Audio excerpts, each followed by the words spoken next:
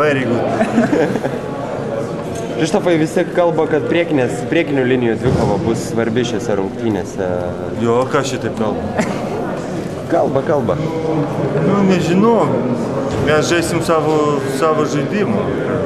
Kaip ten priekinė ar galinė. Nežinau, kaip bus. Ar vidurinė. Ką treneris akcentavo prieš rungtynėms su Turkai? Neišduosiu paslapčių. Paskui Turkai perskaitys, paskui žinai, kaip būna. Su Turkais Europos čempionatuose dar nesat patyrę pralaimėjimų. Palanki šitą rinktinę žaisti su jais? Palanku? Na, tarkim, prieš 2 metus irgi pradėjot su Turkais ir pradėjot labai sėkmingai. Ja, nu, tai tokia pat komanda. Stipri šiais metais gerai žaidė tos pasiruošimo etapą. Aš galvoju, sunkios bus varžybos, bet pasistengsim nugalėti, todėl kad pirmas varžybos labai reikalingus laimėjimus.